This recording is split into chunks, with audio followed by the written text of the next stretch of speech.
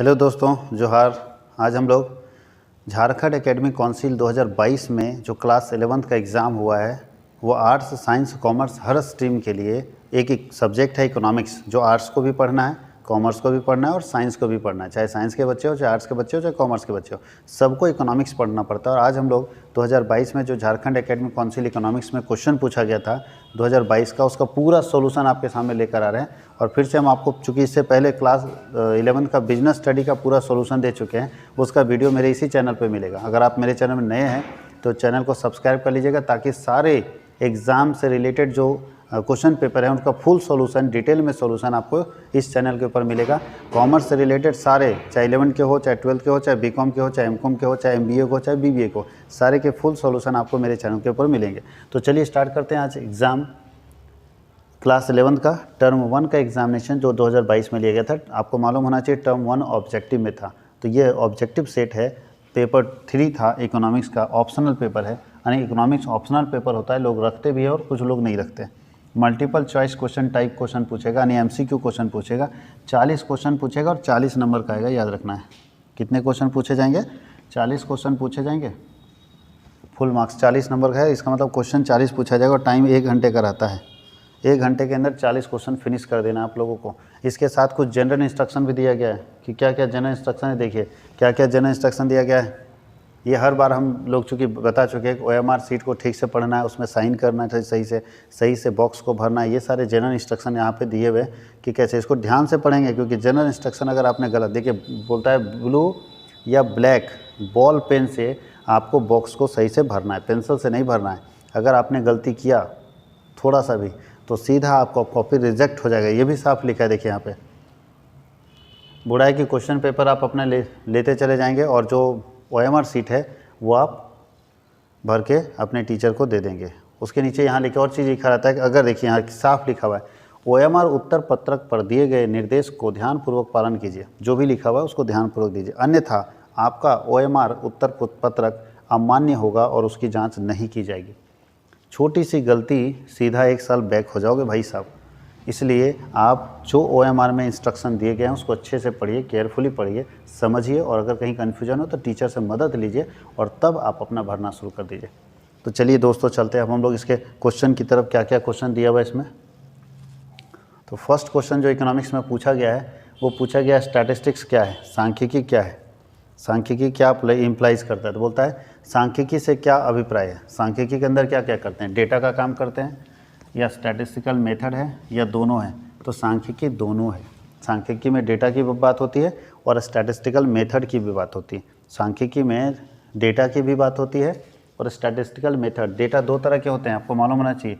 एक होता है प्राइमरी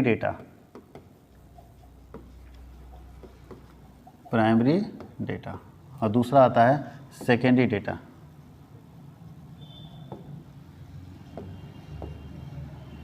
सेकेंडरी डेटा 2 तरह का डेटा होता है। स्टैटिस्टिकल मेथड अलग अलग होते हैं, बहुत सारे स्टैटिस्टिकल मेथड हैं, तो ये हम लोग देखेंगे। तो सांख्यिकी में स्टैटिस्टिक्स के अंदर दोनों की बात होती है, बोथ आंसर इसका सही होगा।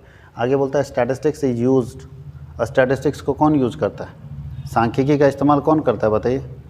पहला बोलता है साइंटिस्ट करता है, जी बिल्कुल करता है, इकोनॉमिस्ट भी करता है, बिजनेसमैन भी करता है, इसलिए ऑल ऑफ देम सही आंसर होगा।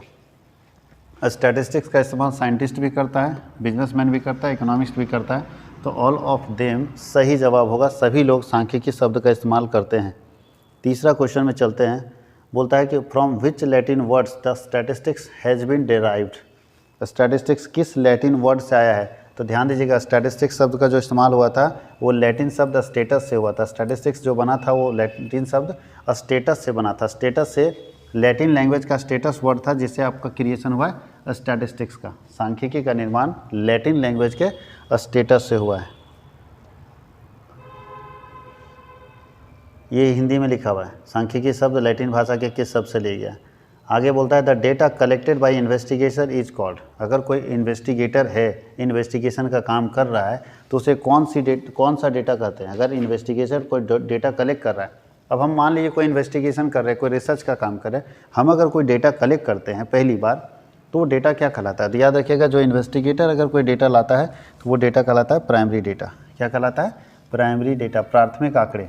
क्या होता है प्राइमरी डेटा? अगर कोई डेटा पहली बार कलेक्ट किया गया है, फ्रेश डेटा है, न्यू डेटा है, तो उस डेटा को हम लोग बोलते हैं प्राइमरी डेटा। सेकेंडरी डेटा का मतलब second hand data, old data जिसको बोलते हैं, ये ओल्ड डेटा है। ये तो आप सब लोगों को नेट पर मिल जाएगा, बुक्स में मिल जाएगा, किसी के रिपोर्ट्स में मिल जाएगा, किसी के रिसर्च में मिल जाएगा। तो हम लोग देखते हैं कि जिस डेटा को रिसर्चर कलेक्ट करता है उस डेटा को बोलता है प्राइमरी डेटा, या उसको स्टैटिस्टिकल डेटा भी हम लोग बोल सकते हैं, लेकिन वो प्राइमरी डेटा होता है। फर्स्ट टाइम वो कर ला रहा है तो वो कहलाता है प्राइमरी डेटा। तो बोलता है the word statistics is used in, statistics शब्द का इस्तेमाल कब होगा? सांख्यिकी शब्द का इस्तेमाल सिंगुलर फॉर्म में सेंस में भी हो सकता है, प्लूरल सेंस में भी हो सकता है। सांख्यिकी शब्द का जो प्रयोग होगा वो दोनों के लिए होगा, सिंगुलर सेंस के लिए भी होगा और प्लूरल सेंस के लिए। आप अगर स्टैटिस्टिक्स थोड़ा मोड़ा भी पढ़े हैं तो आपको मालूम होना चाहिए एक वचन के लिए भी होता है, सांख्यिकी एक वचन के लिए भी होता है और बहुवचन के लिए, दोनों के लिए होता है। दोनों के लिए सांख्यिकी शब्द का इस्तेमाल होगा, एक वचन और बहुवचन। तो याद रखिएगा बोथ इसका आंसर सही होगा, क्योंकि सांख्यिकी का इस्तेमाल दोनों वचन के लिए होता है। आगे क्या लिखा है? If from the population some selected units are studied then it is called. अगर पूरी जनसंख्या, पूरा मान लीजिए 50,000 लोग हैं और 50,000 लोग में आप क्या किए कि कुछ चुने हुए लोगों से डेटा कलेक्ट किए, कुछ चुने हुए लोगों के बारे में जाने। वही बोल रहा है कि यदि समग्र में कुछ चुनी हुई इकाइयों का अध्ययन किया जाता है, यानी पूरे सब, मान लीजिए 150 बच्चे हमारे पास बैठे हुए हैं, हम क्या किए 150 बच्चे से नहीं पूछे, कुछ चुने हुए लोगों से, बच्चों से पूछ लिए और अपना एक राय बना दिए, तो इसको क्या बोलते हैं? तो ध्यान दीजिएगा, इसको हम लोग बोलते हैं सैम्पलिंग इन्वेस्टिगेशन। क्या बोलते हैं? Sampling investigation. सैंपल चुन लिए हम लोग, क्योंकि सारे लोगों से पूछने में टाइम लगता, कॉस्ट लगता, ठीक है। तो हम चाहते थे कि डेटा जल्दी आ जाए, इसलिए हम लोग कौन सा तरीका लगा दिए? सैम्पलिंग इन्वेस्टिगेशन कर दिए। कुछ सैंपल पिक किए और उसी सैंपल से हम अपना रिपोर्ट तैयार कर दिए, तो इसको हम लोग बोलते हैं सैम्पलिंग इन्वेस्टिगेशन। और अगर सब व्यक्ति से पूछते हैं तो उसको सेंसस इन्वेस्टिगेशन बोलते हैं। सारे लोगों से एक करके पूछते, तो सेंसस मतलब जनगणना। याद कीजिए 10 साल में सरकार के अधिकारी आपके घर आते हैं और हर चीज़ एक घर में जाके पूछते हैं, सारा डिटेल पूछते हैं। इसको बोलते हैं जनगणना, सेंसस। इसमें समय ज़्यादा लगेगा, पैसा ज़्यादा लगेगा, कॉस्ट ज़्यादा लगेगा, लेकिन डेटा सही आएगा। इसमें बोलता है समय कम लगेगा, पैसा कम लगेगा, लागत कम लगेगा, परेशानी कम होगी, लेकिन डेटा सही आएगा, इसकी गारंटी नहीं है। चलते हैं 7 क्वेश्चन की तरफ। बोलता है सेंसस मेथड इज़, बताइए सेंसस मेथड मतलब जनगणना विधि कब सुटेबल होगा, कहाँ पे सुटेबल होगा सेंसस मेथड? तो सेंसस मेथड कहाँ पे सुटेबल होगा? पहला बोलता है suitable where units are of the universe are homogeneous. अगर सारे यूनिट एक जैसा होगा तो सेंसस का क्या जरूरत है? एक का रिपोर्ट निकालिए, सबको उसी तरह बना दीजिए। बोलता है सस्ता, सेंसस तो सस्ता नहीं होगा भैया, सेंसस महंगा पड़ेगा, क्योंकि एक एक व्यक्ति से पूछना बहुत टफ काम है, वहाँ पैसा ज़्यादा खर्च होगा, समय ज़्यादा लगेगा। और ऑल ऑफ दीज तो होगा नहीं, जब ये दोनों नहीं होगा तो ऑल ऑफ दीज नहीं होगा, तो बचा कौन सा है? देखिए बचा है फर्स्ट। बोलता है सेंसस मेथड तब लगाइए जहाँ सारे आंकड़े एक जैसे ना हो, जहाँ सारे आंकड़े एक जैसे ना हो। देखिए यहाँ लिख दिया है उपयुक्त जहाँ समग्र की सभी इकाइयाँ एक रूप ना हो, एक जैसा इकाई नहीं है, उस जगह पे लगता है ये मेथड। क्लियर?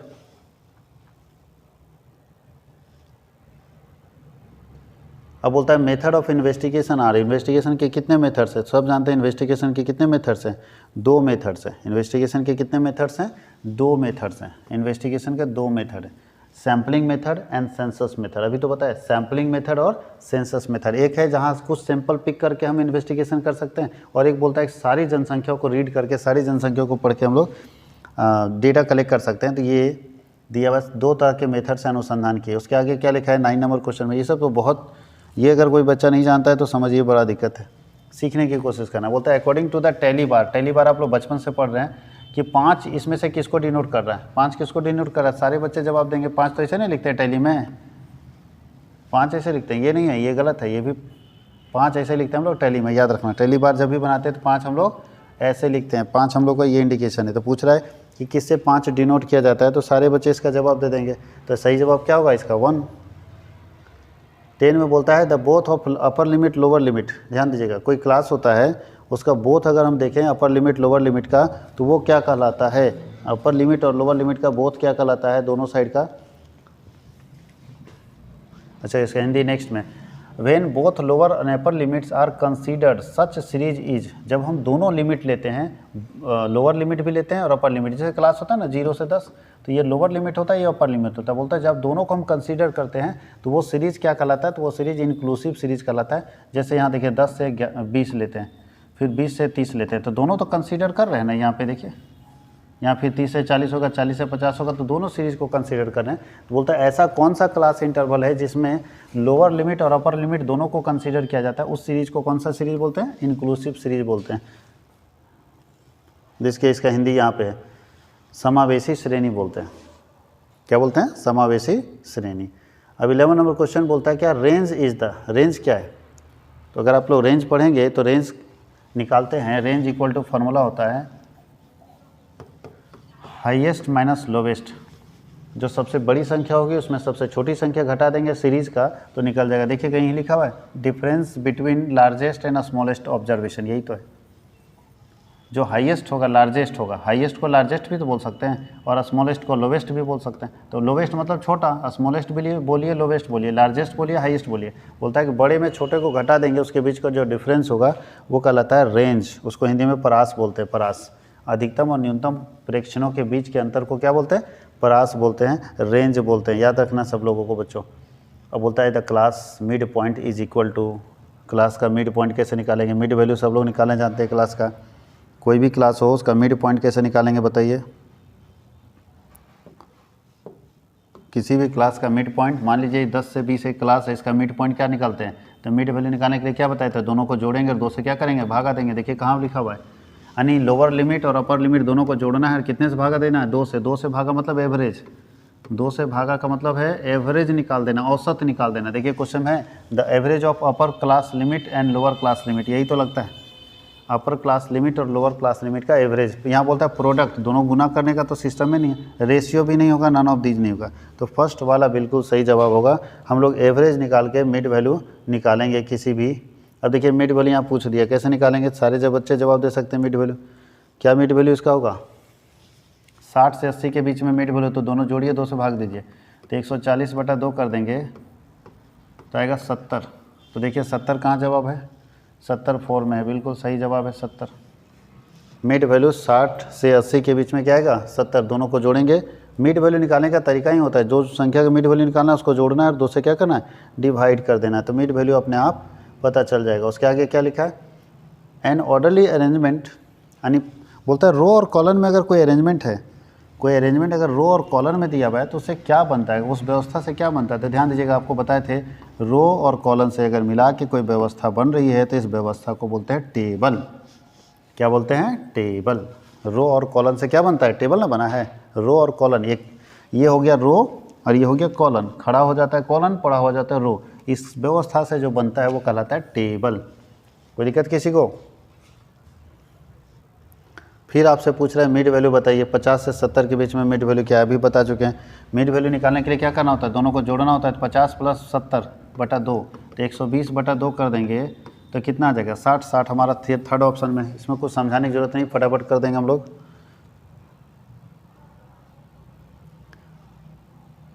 अब बोलता है graph, a graph of cumulative distribution function is known as. अगर कुमुलेटिव डिस्ट्रीब्यूशन फंक्शन है और उसका ग्राफ को हम लोग किस नाम से जानते हैं, किस रूप में जानते हैं, वो बताइए। कुमुलेटिव डिस्ट्रीब्यूशन फंक्शन समझते हैं, कुमुलेटिव, आप लोग मीडियन पढ़े होंगे, कुमुलेटिव डिस्ट्रीब्यूशन उसमें आता है। कुमुलेटिव डिस्ट्रीब्यूशन से अगर कोई ग्राफ बनता है तो वो ग्राफ कहलाता है ओगिव। क्या कहलाता है, ओगिव। हिस्टोग्राम नहीं होता है, बार डायग्राम नहीं होता, पाई डायग्राम नहीं होता है, वो ओगिव कहलाता है। बोल रहे जो वह ग्राफ जो संचयी आवृत्ति वितरण को दर्शाता है उसको ओगिव बोलते हैं, तोरण चित्र बोलते हैं, ठीक है। बार डायग्राम इज, बार डायग्राम क्या होता है, 1 डायमेंशनल होता है, 2 डायमेंशनल होता है, डायग्राम विथ नो डायमेंशन और नन ऑफ दीज। बताइए बार डायग्राम में कितने डायमेंशन होते हैं। बार डायग्राम आप लोग जानते हैं कैसा होता है, सारे बच्चे जानते हैं बार डायग्राम। दंड आरेख, ये देखिए बार से, बार डायग्राम यही होता है जैसे बनता है, ठीक है। ये बार डायग्राम जो होता है 1 डायमेंशनल होता है, इसमें एक ही डायमेंशन होता है। बार डायग्राम कितने डायमेंशनल होते हैं, 1 डायमेंशनल होते हैं। बार डायग्राम का 1 डायमेंशन होता है। आगे बोलता है the objective of diagrammatic representation of data. अगर हम डेटा को डायग्रामेटिक रिप्रेजेंटेशन करते हैं तो इसका उद्देश्य क्या है, क्यों हम डायग्राम से डेटा को प्रेजेंट करते हैं, क्या ज़रूरत है हमको डेटा को प्रेजेंट करने के लिए डायग्राम इस्तेमाल करने का। जो हम लोग इस तरह का डायग्राम बना के जो प्रेजेंटेशन करते हैं कि ये है सर, ये है फर्स्ट वाला, ये है सेकेंड वाला, अगर इस तरह से करके हम कोई डेटा को डायग्राम में प्रेजेंट कर रहे हैं तो इसका क्या पर्पस है, क्या उद्देश्य है, बताइए क्या उद्देश्य है। हम समराइजेशन करना चाहते हैं, कंसिडरेशन करना चाहते हैं या प्रेजेंटेशन, तो हम इसमें प्रेजेंटेशन के लिए इसका इस्तेमाल करते हैं कि सर हम अपनी डेटा को, अपनी बातों को कैसे दूसरे तक प्रस्तुत करेंगे, तो ये प्रेजेंटेशन का काम है, ये प्रेजेंटेशन का काम है, याद रखना। तो प्रेजेंटेशन ये काम करता है। आगे चलते हैं हम लोग।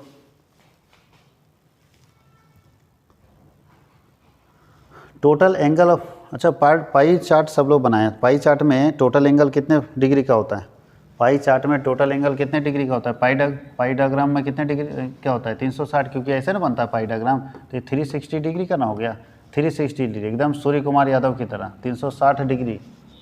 पाई डायग्राम 360 डिग्री, जैसे सूर्य कुमार यादव कहीं भी मार देता है, इधर बॉल कहीं भी ठोक देता है, किसी जगह पर भेज देता है, तो वैसे 360 डिग्री पाई डायग्राम बनता है, याद रखना। आगे बोल रहा है the basis of location of median, median का लोकेशन किस आधार पर तय किया जाता है, तो मीडियन का लोकेशन तय किया जाता है ओगिव कर्व के आधार पर। मीडियन का लोकेशन, अगर बताइए कोई व्यक्ति चाहे कि हम मीडियन फार्मूला से नहीं निकालें, हम इसको ग्राफ से निकालें, तो ओगिव कर्व के जरिए आप मीडियन निकाल सकते हैं, ओगिव कर्व के जरिए मीडियन निकाल सकते हैं। मीडियन दो तरीके से निकाला जाता है, ग्राफ के जरिए भी निकाला जा सकता है और मैथमेटिकल एवरेज के जरिए भी निकाला जा सकता है, यानी फार्मूला लगा के भी निकाला जा सकता है और ग्राफ के जरिए भी निकाला जा सकता है। फार्मूला लगा के तो हम लोग सिखा चुके हैं, ग्राफ के जरिए कौन से ग्राफ से निकालेंगे, तो ओगिव ग्राफ से निकालेंगे, ओजाइव वक्र बोलते हैं उसको हम लोग, ओजाइव वक्र से हम लोग मीडियन कैलकुलेट कर सकते हैं। तो दोस्तों 40 क्वेश्चन में से 20 क्वेश्चन स्टैटिस्टिक्स से पूछे गए थे, सांख्यिकी से पूछे गए थे। अब जो हम लोगों को पूछा जाएगा 21 नंबर से लेकर 40 नंबर तक, वो पार्ट बी का पूछा जाएगा और इकोनॉमिक्स का पार्ट बी है इंडियन इकोनॉमी, भारतीय अर्थव्यवस्था। तब हम लोगों को जो सवाल पूछे जाएंगे वो भारतीय अर्थव्यवस्था के पूछे जाएंगे और हम लोग भारतीय अर्थव्यवस्था का सवाल देखेंगे। ये बहुत आसान होगा, थ्योरी होगा इसमें। तो पहला बोलता है agriculture activity are related in to which sector, ये तो अगर बिजनेस स्टडी पढ़े तो आपको समझ में आना चाहिए। बोलता है एग्रीकल्चर एक्टिविटी किस क्षेत्र से संबंधित है, प्राइमरी, एग्रीकल्चर मतलब खेती करना, कहाँ से संबंधित है, तो याद रखिएगा प्राइमरी इंडस्ट्री है, प्राथमिक उद्योग होता है। अब कौन होता है प्राथमिक उद्योग, तो जहाँ से कच्चा माल आएगा ना उसको प्राथमिक उद्योग बोलते हैं, जहाँ से कच्चा माल आएगा ना उसको प्राथमिक उद्योग बोलते हैं, याद रखिएगा। जहाँ से कच्चा माल आएगा उसको कौन सा इंडस्ट्री बोलते हैं, प्राइमरी इंडस्ट्री। और जहाँ पे सामान तैयार होता है उसको सेकेंडरी इंडस्ट्री बोलते हैं, द्वितीयक उद्योग। और जहाँ बेचा जाता है उसको टर्सरी इंडस्ट्री बोलते हैं, तृतीयक उद्योग। तो याद रखना इस चीज़ को। तो हम लोग खेती करना देख रहे हैं, प्राइमरी इंडस्ट्री के अंदर आता है। कृषि किसके अंदर आता है, प्राइमरी इंडस्ट्री का आता है, कृषि क्रिया प्राइमरी के अंदर। आगे बोलता है इंडिया कब आज़ाद हुआ, ये हमको लगता है किसी बच्चे को बताने की जरूरत है, इंडिया कब आज़ाद हुआ। इंडिया आज़ाद हुआ 15 अगस्त 1947 को, 15 अगस्त 1947 को। आगे बोल रहा है कि पहली बार डेटा सेंसस कब हुआ था, पहली बार डेटा सेंसस कब हुआ था। When was the first data census collected during British rules, बताइए अंग्रेज़ों के समय में पहली बार डेटा सेंसस कब किया गया था। तो अंग्रेज़ों के समय में पहली बार जो डेटा सेंसस हुआ था वो था 1881 में। कब हुआ था, 1881 में। ब्रिटिश यानी अंग्रेज़ों के समय में भारत की पहली जनगणना हुई थी 1881 में, याद रखना है। कब हुई थी, 1881 में हुई थी बच्चों।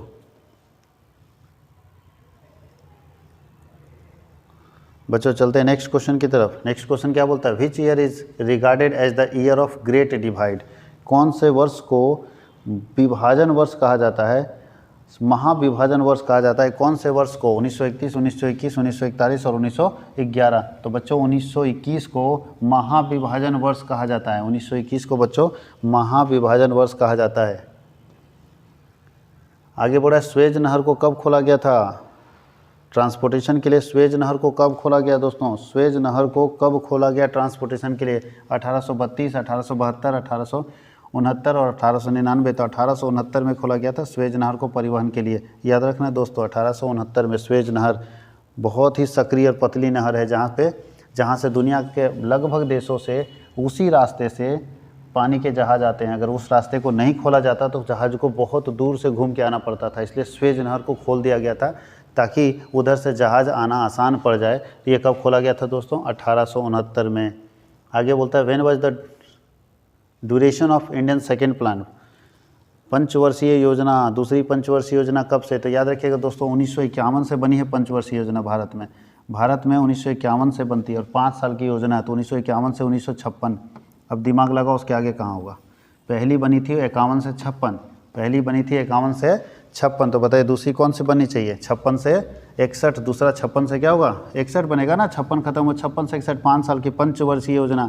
5 साल की योजना है दोस्तों, 5 साल की। सरकार 5 साल के लिए प्लान बनाती है कि हम अगले 5 साल में क्या करने वाले हैं। तो सरकार के अगले 5 सालों का प्लान होता है और उसी प्लान को हम लोग बोलते हैं पंचवर्षीय योजना। अब ये ख़त्म हो गया, अब 5 ईयर प्लान नहीं आता है, अब सरकार इसके जगह लाती है नीति आयोग, NITI। मोदी जी जब से आए हैं 1 जनवरी 2015, चूँकि 2014 में वो सरकार में आए हैं, और 1 जनवरी 2015 से नीति आयोग लग गया दोस्तों। 1 जनवरी 2015 से नीति आयोग। नीति आयोग का फुल फॉर्म क्या हुआ? National institution for transforming India, यानी भारत को बदलने वाला राष्ट्रीय संस्थान। National institution for transforming India, Bharat को बदलने वाला राष्ट्रीय संस्थान। तो अब 5 ईयर प्लान नहीं बनता, अब नीति आयोग बन गया 1 जनवरी 2015 के बाद से। तो ये नीति आयोग काम करता है। लेकिन पहले जब आज़ादी हम लोगों को मिली थी, सरकार 5 साल का एक प्लान बनाती थी कि हमको 5 साल में क्या करना है, कितना विकास करना है, भारत को किस लेवल तक लेकर जाना है, लक्ष्य तय करती थी सरकार। भले हासिल करे ना करे, लक्ष्य तय हो जाता था। तो पहला 5 वर्षीय योजना कब शुरू हुआ था? 51 से 56, दूसरा 56 से 61।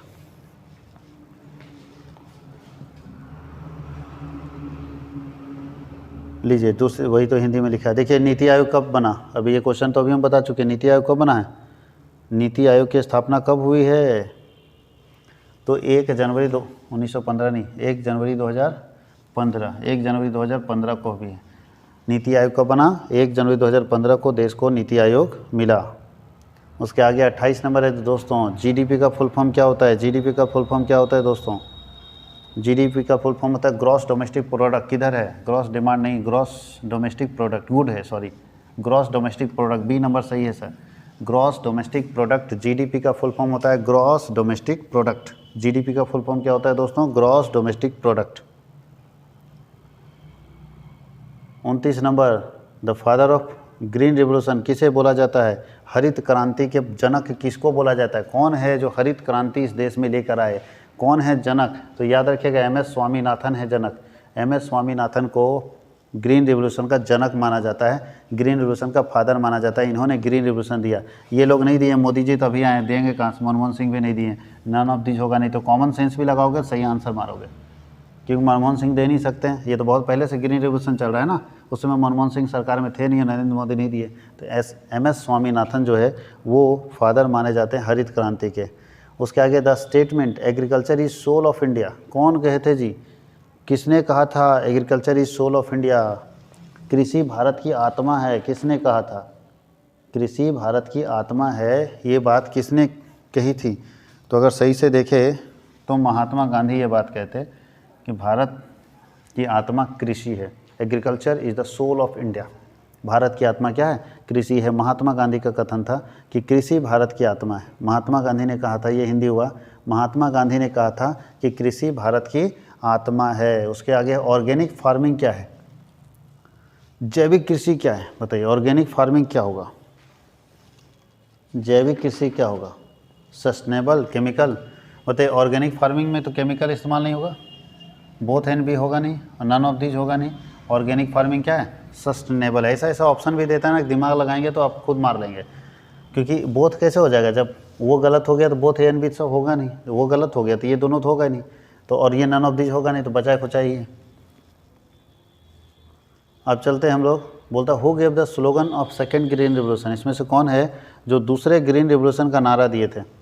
दूसरे हरित क्रांति का नारा किसने दिया था? तो दूसरे हरित क्रांति का नारा हमारे राष्ट्रपति APJ अब्दुल कलाम ने दिया था बिहार में।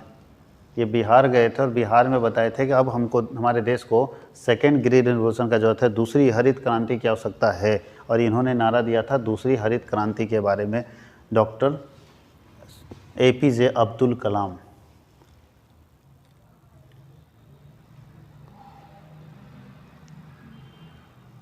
देखो दोस्तों, चिपको आंदोलन, चिपको मूवमेंट कब शुरू हुआ था बताइए? चिपको मूवमेंट कब से शुरू हुआ था?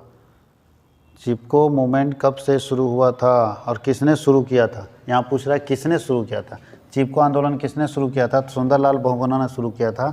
ये उत्तराखंड में पड़ता है, याद रखना। उत्तराखंड से शुरू हुआ था चिपको आंदोलन। सुंदरलाल बहुगुणा उत्तराखंड के व्यक्ति हैं और ये चिपको आंदोलन पेड़ों को बचाने के लिए लाए थे कि पेड़ों की कटाई ना हो, इसके लिए लोगों को पेड़ से चिपकने बोलते थे कि आप गले लग जाइए पेड़ को, कि लोग आपको काटेंगे नहीं ना। पेड़ बचाने के लिए ये आंदोलन चला था, चिपको आंदोलन, जो कि कहाँ से चला था? उत्तराखंड में शुरू हुआ था दोस्तों। कहाँ शुरू हुआ था? उत्तराखंड में शुरू हुआ था चिपको आंदोलन। उसके आगे पूछ रहा है दोस्तों कि first steel and iron and steel company कब स्थापित हुई थी? भारत में पहली आयरन एंड स्टील कंपनी जिसका नाम है टाटा, टिस्को बोलिए, टिस्को। भारत की पहली iron and steel company Tata कब बनी थी? टाटा की स्थापना कब हुई थी? जल्दी बताइए, टाटा की स्थापना कब हुई थी? कौन से डेट में? तो 1907 में। टाटा बना कब है? 1907 में बना हुआ टाटा, याद रखना। और 2007 पार हो गया, इसका मतलब 100 साल बीत चुके हैं। अभी 100 साल से ज़्यादा चल रहा है टाटा का। टाटा पहली बार स्टार्ट हुआ, कहाँ स्टार्ट हुआ? तो झारखंड में स्टार्ट हुआ था दोस्तों, झारखंड में। झारखंड में कहाँ पे? तो जमशेदपुर में स्टार्ट हुआ था, जमशेदपुर। और जमशेदपुर का नाम किसके नाम पर है? तो जो टाटा को स्टार्ट किए थे जमशेद जी टाटा, उसी के नाम पर पड़ा। तो जमशेद जी टाटा झारखंड में पहली बार दुनिया का, भारत का पहला iron and steel company start किया, जिसका नाम क्या था? टिस्को। कब स्टार्ट किए थे? 1907 में स्टार्ट किए थे दोस्तों, 1907 में। बोलता है पहला इंडस्ट्रियल पॉलिसी कब बना था? फर्स्ट इंडस्ट्रियल पॉलिसी, प्रथम औद्योगिक नीति कब बनाई गई थी? प्रथम औद्योगिक नीति कब बनाई गई थी दोस्तों? First industrial policy.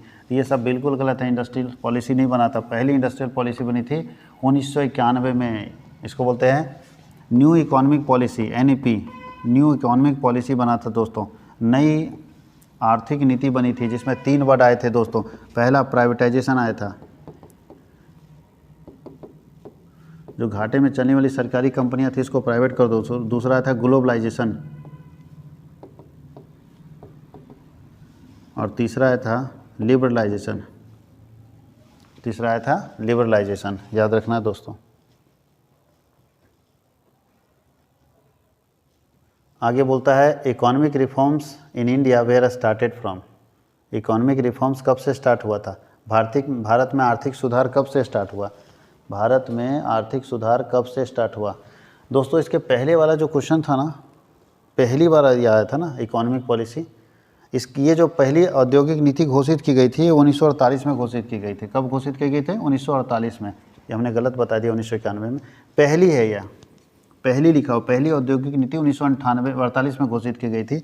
और उसके नीचे वाले सवाल का जवाब होगा कि इकोनॉमिक रिफॉर्म्स आया था 1991 में। इकोनॉमिक रिफॉर्म्स आया था 1991 में, याद रखना। पहली औद्योगिक नीति 1948 और इकोनॉमिक रिफॉर्म्स 1991 दोस्तों, याद रखना। थोड़ा चेंज कर लेना दोस्तों। पहली औद्योगिक नीति 1948 और पहला इकोनॉमिक रिफॉर्म्स 1991 दोस्तों। बोलता है at present the number of industry requires compulsory licensing. अभी के समय में कितनी ऐसी कंपनियां हैं जिसको लाइसेंस लेना पड़ेगा? क्या आज बिजनेस खोलने के लिए लाइसेंस लेने की जरूरत है? कंपनी खोले है तो ठीक है, लेकिन कंपनी के बाद लाइसेंस लेने की जरूरत है? कितनी ऐसी इंडस्ट्री हैं जिसको लाइसेंस लेना पड़ेगा? तो आज भारत में 5 ऐसी कंपनियां हैं जिसको खोलने के लिए लाइसेंस लेना पड़ेगा। अगर आप शराब बना के बेचते हैं तो लाइसेंस लीजिए, अगर आप दवा बना के बेचते हैं तो लाइसेंस लीजिए, अगर केमिकल बना के बेचते हैं जो जीवन के लिए खतरनाक हो सकता है, लाइसेंस लीजिए। तो 5 ऐसी इंडस्ट्री है जिसको लाइसेंस लेना कंपलसरी है। बाकी किसी इंडस्ट्री को लाइसेंस लेने का जरूरत नहीं है दोस्तों। चलिए, बहुत आगे क्या लिखा है स्टूडेंट बच्चों, देखिए क्या लिखा है। Where is Indian Statistical Institute is located. Indian Statistical Institute कहाँ पे स्थापित है? इंडियन स्टैटिस्टिकल इंस्टीट्यूट कहाँ पे स्थापित है? भारतीय सांख्यिकी संस्थान कहाँ पे स्थापित है दोस्तों? तो ये कलकत्ता में स्थापित है। भारतीय सांख्यिकी संस्थान कलकत्ता में स्थापित है। इसका हेड क्वार्टर कलकत्ता है स्टूडेंट। तो छात्रों, कलकत्ता में भारतीय सांख्यिकी संस्थान स्थित है। आगे बोल रहा है बच्चों WTO क्या है? WTO का फुल फॉर्म बताइए। तो वर्ल्ड ट्रेड ऑर्गेनाइजेशन। देखिए कहाँ है, वर्ल्ड ट्रेड ट्रैफिक नहीं है, वर्ल्ड ट्रेड ठीक है, ऑफिस हो गया, नहीं होगा। वर्ल्ड ट्रेड ऑर्गेनाइजेशन, देखिए ये बिल्कुल सही जवाब है, world trade organization. World teaching organization होगा नहीं, वाइड ट्रेड ऑर्गेनाइजेशन होगा। तो WTO का फुल फॉर्म हो गया दोस्तों वर्ल्ड ट्रेड ऑर्गेनाइजेशन। बच्चों वर्ल्ड ट्रेड ऑर्गेनाइजेशन है फुल फॉर्म WTO का। वही यहाँ लिखा है कि WTO, हिंदी में WTO का फुल फॉर्म क्या हुआ। और 40 क्वेश्चन, डिसइन्वेस्टमेंट 40 नंबर क्वेश्चन है दोस्तों। बच्चों लास्ट क्वेश्चन है 40 नंबर, डिसइन्वेस्टमेंट का क्या होगा। डिसइन्वेस्टमेंट का क्या मतलब है, विनिवेश का क्या तात्पर्य है। विनिवेश का मतलब क्या होता है ना कि जो सरकारी कंपनियां घाटे में चल रही होती है, जो सरकारी कंपनियां घाटे में चल रही होती है उन कंपनियों को सरकार बेच देती है प्राइवेट हाथों में। और घाटे में चल रही सरकारी कंपनी को अगर हम प्राइवेट हाथों में बेच देते हैं तो इस प्रक्रिया को विनिवेश बोलते हैं, डिसइन्वेस्टमेंट बोलते हैं। देखिए ऑप्शन क्या है, investment in foreign country no, to manufacture no, investment made by private sector in public sector enterprises, यानी सरकारी क्षेत्र की कंपनियों में निजी व्यक्तियों को इंटर कर देना, सरकारी क्षेत्र की कंपनियों का मालिकाना हक किसके हाथ में देना, प्राइवेट कंपनी के हाथ में, उसको बोलते हैं डिसइन्वेस्टमेंट। 3 ऑप्शन बिल्कुल सही। जैसे अभी एयर इंडिया भारत की लॉस में थी, एयर इंडिया कंपनी जो है भारत की लॉस में थी और एयर इंडिया कंपनी किसको बेच दिया गया, टाटा को बेच दिया गया। टाटा को बोला गया कि तुम ही संभालो। तो टाटा अगर एयर इंडिया को संभाल रहा है तो ये प्रोसेस क्या कराया, एयर इंडिया सरकारी कंपनी थी जिसको किसके हाथों में दे दिया गया, टाटा के हाथों में। इसी को बोलते हैं डिसइन्वेस्टमेंट, विनिवेश। तो एक सरकारी कंपनी जो घाटे में चल रही है उसे प्राइवेट हाथों में दे देने की प्रक्रिया कहलाती है विनिवेश, डिसइन्वेस्टमेंट। क्या कहलाती है दोस्तों, डिसइन्वेस्टमेंट। तो ये है हम लोगों ने 40 क्वेश्चन इकोनॉमिक्स का कंप्लीट कर लिया दोस्तों। इसी तरह से अकाउंट्स का मिलेगा, इसी तरह से सीए का सारा हमारे अपने चैनल पे डाला हुआ है। आप आराम से सर्च करके देखिए, कहीं कोई प्रॉब्लम होगा मेरा नंबर भी दिया हुआ है, आप प्रश्न पूछ सकते हैं। अगर कोई ऑनलाइन कोचिंग करना चाहते हैं तो आराम से कर सकते हैं हमारे अपने चैनल पर। उसके लिए आपको मेरा एप्लीकेशन डाउनलोड करने रहा होगा प्ले स्टोर के में जाके, कॉमर्स वर्ल्ड हजारीबाग। आप वहाँ से कोई भी क्लासेस और कोई भी टेस्ट ऑनलाइन मोड में भी आप दे सकते हैं। Thank you.